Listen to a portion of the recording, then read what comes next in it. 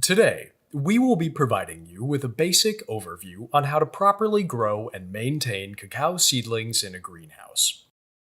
Early establishment plays a critical role in the long-term health of cacao plants. So, whether you would like to just grow a few trees in your backyard or would like to plant out a whole orchard, it is important to take the time and effort to use the best available practices to improve the likelihood of your success. Materials needed: ripe cacao pods, mallet or machete, a colander, a large mixing tub or wheelbarrow, preferred planting media, ProMix, Sunshine, or similar, small size perlite, shovel, a garden trowel, a hose or a watering can, secateurs, nursery tags, pencil,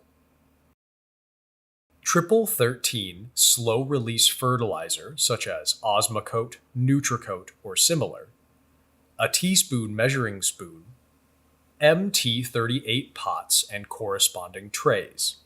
You will need sufficient trays to hold 2 times more pots than seedlings. This will be explained later. Seedling propagation should be done in an area that is protected from direct rain and wind, and where irrigation is accessible. It is recommended to plant in a polyethylene greenhouse with 40 to 60% shade incorporated. Let's get started. Step 1. Selecting pods. When propagating cacao seedlings, it is important to use ripe pods that have been recently picked from your selected tree, as this will result in a higher germination rate in the seeds you plant. It should be noted that cacao is generally not true to type, meaning that the seedlings typically will not resemble the mother tree from which they came. Grafting a selected tree onto a seedling rootstock can be employed to bypass this particular issue, but we will discuss that in more detail later on in the video. When planting from seed, however, it is still important to select healthy pods from trees that display good agronomic traits, including high yields, a good pod index, disease tolerance, shapely architecture, and reasonable vigor, since some of these characteristics may indeed be passed along.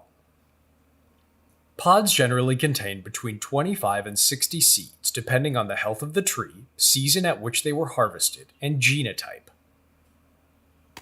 Once you have selected your pods and are ready to plant, open the pod using a machete or mallet. After the pod has been opened, discard one half of the husk and use your fingers to scoop out the beans from around the placenta and into the colander. Gloves can be used for this, as the pulp is slightly sticky and acidic, but it is not necessary.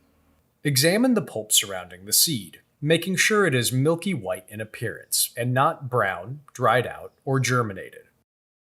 Do not plant any germinated seeds, as the root will most likely be damaged, which can affect long-term performance of your seedlings.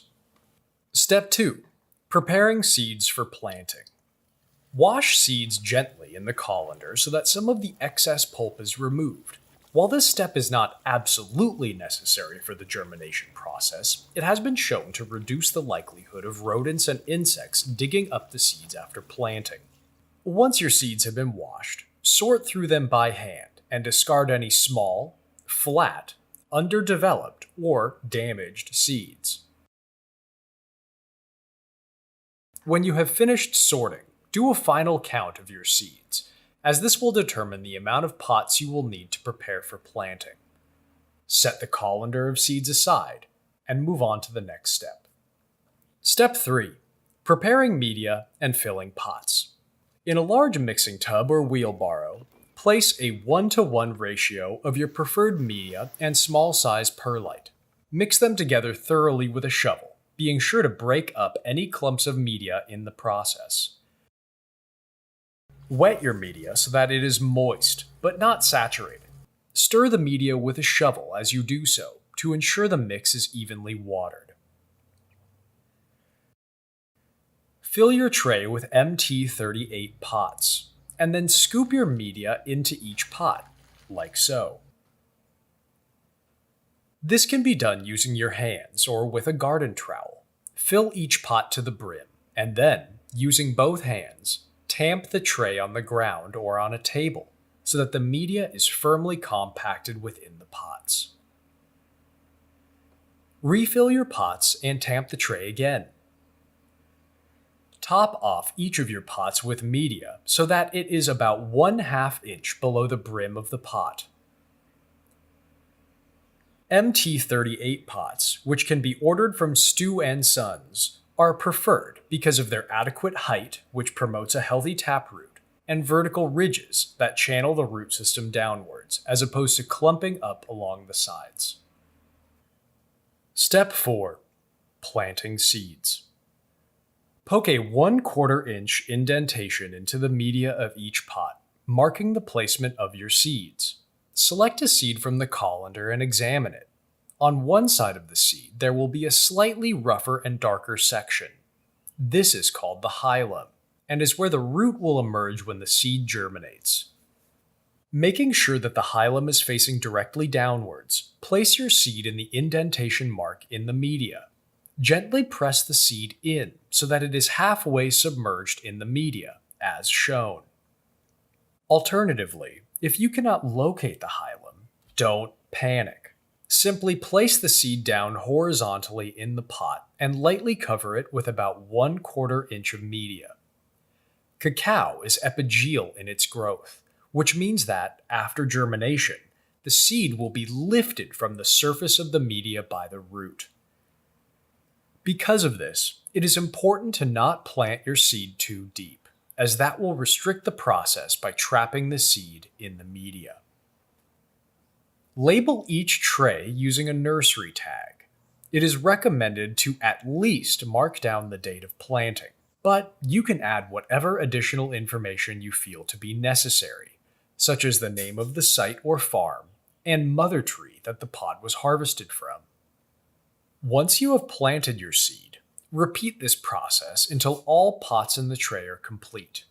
When you're finished, water them in lightly and place the trays on a raised, perforated bench in your greenhouse. Do not keep them on the ground, as this will cause water drainage and aeration to be decreased, which can result in oversaturation of the media and likely give rise to root rot or other disease pressure. Having your plants on raised benches will also encourage air pruning of the roots, which will prevent the taproot from growing out of the pot and into the ground. It is recommended to incorporate approximately 40% to 60% shade cloth in your greenhouse to encourage optimal growth and health of your seedlings. If your site has extreme light conditions, you will need to adjust the percentage of your shade cloth accordingly to avoid over or under exposure. Step 5. Early management practices. After about 14 days, your seeds should begin to germinate. This can take slightly longer when propagating during cooler times of the year or at higher elevations. It is common in cacao propagation to get 95 to 100% germination and should be strived for.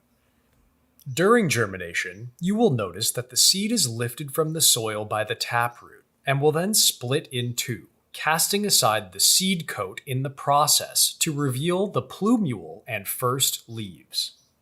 During this period, the seed coat can become dry and harden around the seed, causing deformities in the architecture of the leaflets, like so. This can be prevented by either gently removing the seed coat by hand after germination, or by using slightly higher water pressure when hand watering the seedlings.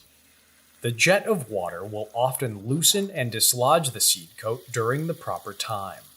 That being said, the seeds will most often do this themselves, and you will not have to undertake these measures. Just keep an eye out and react situationally. Step 6. Fertilizing, culling, and sorting. After the first leaf flush has matured, it's time to fertilize your seedlings. Use 1 shy teaspoon of triple 13 slow-release fertilizer per plant.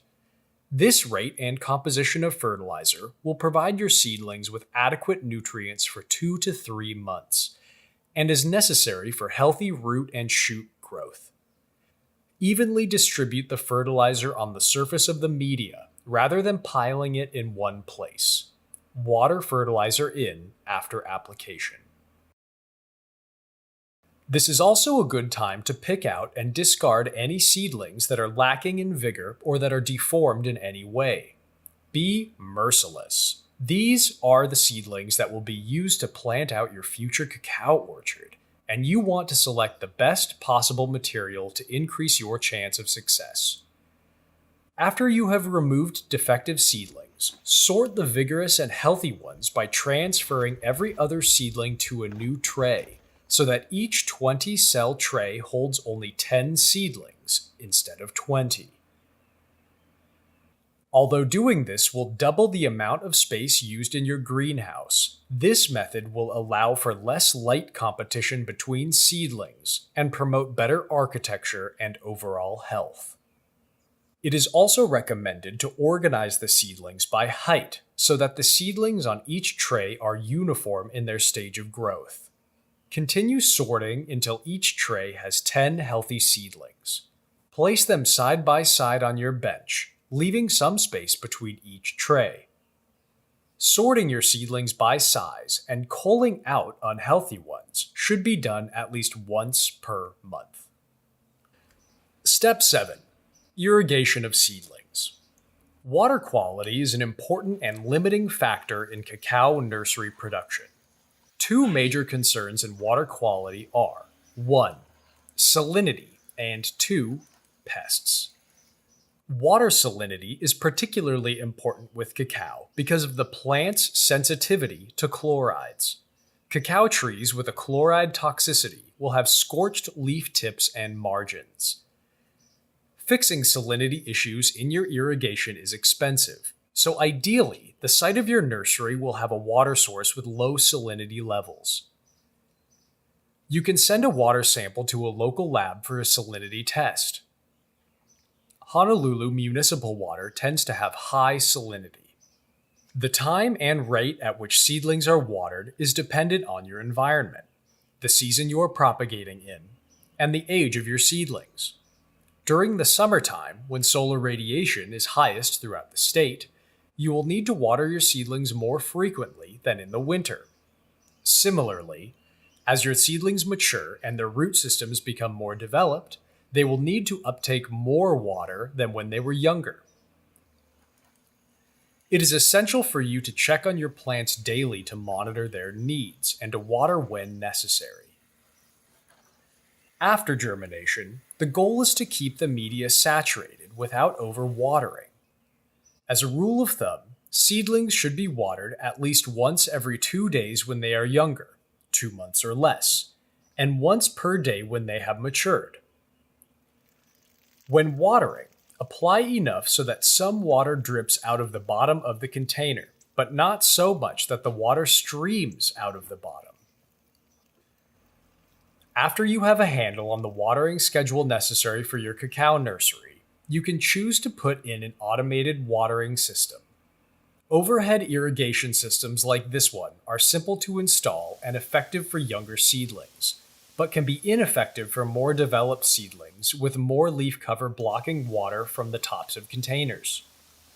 Drip irrigation systems like this one are more tedious to install and make changes to, but have greater water use efficiency, are effective for every stage of seedling development, are better for integrated pest management, and allow for fertigation and chemigation. The drip system shown here operates at 10 psi with nozzles emitting 1.8 gallons per hour and is running for 2 minutes per day for a total of 0.06 gallons of water per plant per day. You may have to adjust the settings on your irrigation controller seasonally. Whether you are hand watering with a hose or automating your watering system through a controller, watering your cacao seedlings in the nursery will require a careful observation period and constant reevaluation in order to maximize water use efficiency and produce healthy, vigorous trees for your farm. Step 8. General maintenance. Seedlings must be weeded frequently throughout the entire period they are grown in the greenhouse. Check your seedlings regularly and remove any weeds that begin to form as soon as you see them to prevent unwanted nutrient competition. Greenhouse pests such as mealybugs and aphids can quickly become an overwhelming problem if left untreated, resulting in extreme plant stress and sometimes death. It is also important to remove small shoots that will begin to grow around the cotyledon line on the stem.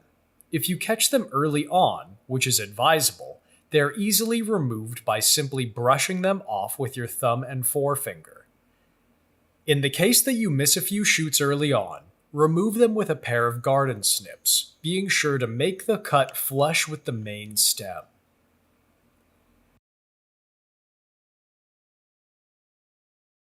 Here are seedlings at about 1 month, 2 months, and 3.5 months of growth. Step 9. Planting in the field or grafting. After approximately 3 to 4 months in the nursery, your seedlings should be ready to either plant into the field or be grafted. While seedling orchards are by far the most common approach in Hawaii at this time, there are many possible benefits of incorporating grafted genotypes into your planting system. Grafting is generally done to increase yield, reduce disease pressure, and improve the final flavor quality of your processed cacao. There are, however, some important things to consider before rushing to adopt this method. Not only are there currently very little data on which genotypes perform well in Hawaii, but it is also relatively difficult to procure budwood or grafted seedlings in sufficient quantity from the material that has been tested. Therefore, while there are many benefits of using grafted varieties of cacao, it may be prudent to wait until there have been more trials done in Hawaii so that the material selected is best suited to your conditions and is more readily available. To learn more about specific grafting techniques in Hawaii, check out CTAR's grafting video in the link. Also, if you would like to learn the basic steps involved in establishing and maintaining a cacao orchard, visit Oahu RC&D's video to further your knowledge. Thank you for joining us today, and happy planting!